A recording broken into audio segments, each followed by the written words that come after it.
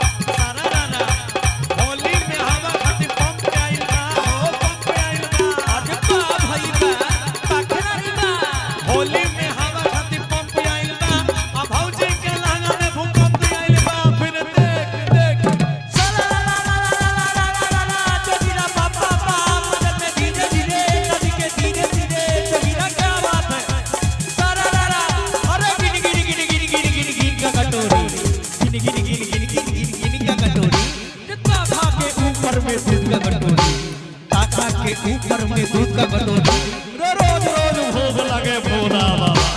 रोज रोज भोग लगे भोला बाबा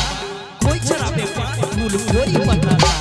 कोई चराबे पान फूल कोई बतासा कोई नाचे कोई गावे कोई देख तमाशा फिर हाय रे सारारा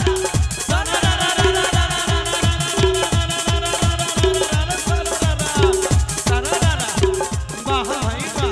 वाह खिलाड़ी भौजी होली में भौजी के बढ़ल बाबा वाह भाई वाह खिलाड़ी होली में भौजी के बढ़ल छै मोर पुआ रंगाबे छौरा से दाना दाना फिर देख गावा गिला ले जाके दरभंगा जिला भौजी के चौरा सिला भैया के खाना गिला सारा सप्तशाली हो जा कर बट मजा लेबो फटाफट मन करे ज्यादा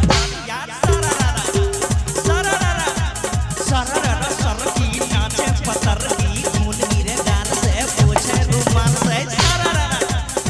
गाला दी हले जा दो जी जोड़ाना चढ़ते फागुन के महीनावा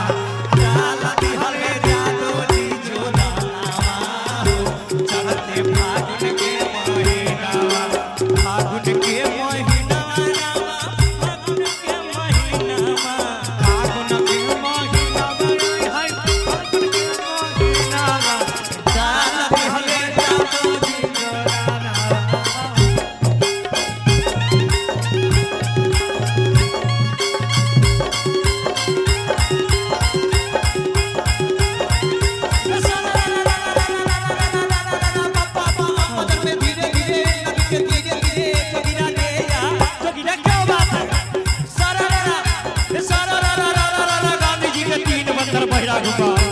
गांधी जी के 3 बंदर बहिरा घुमा दिन भर खाली लाइन मारे काम करे ना धंधा पीरा हो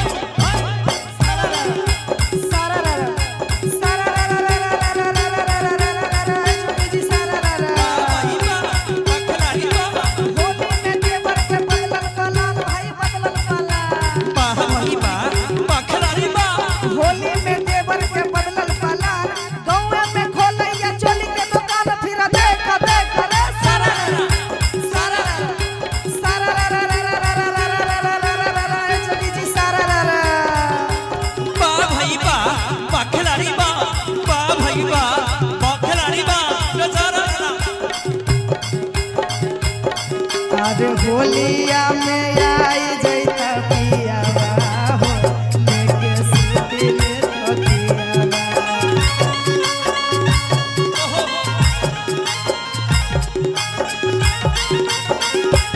होलिया में आई जैता पियावा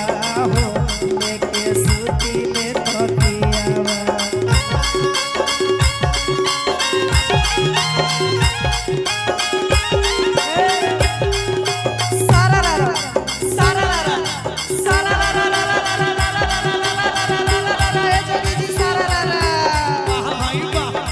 होली में तैया हमर छैरा सदर भाई छैरा सदर वाह भाई वाह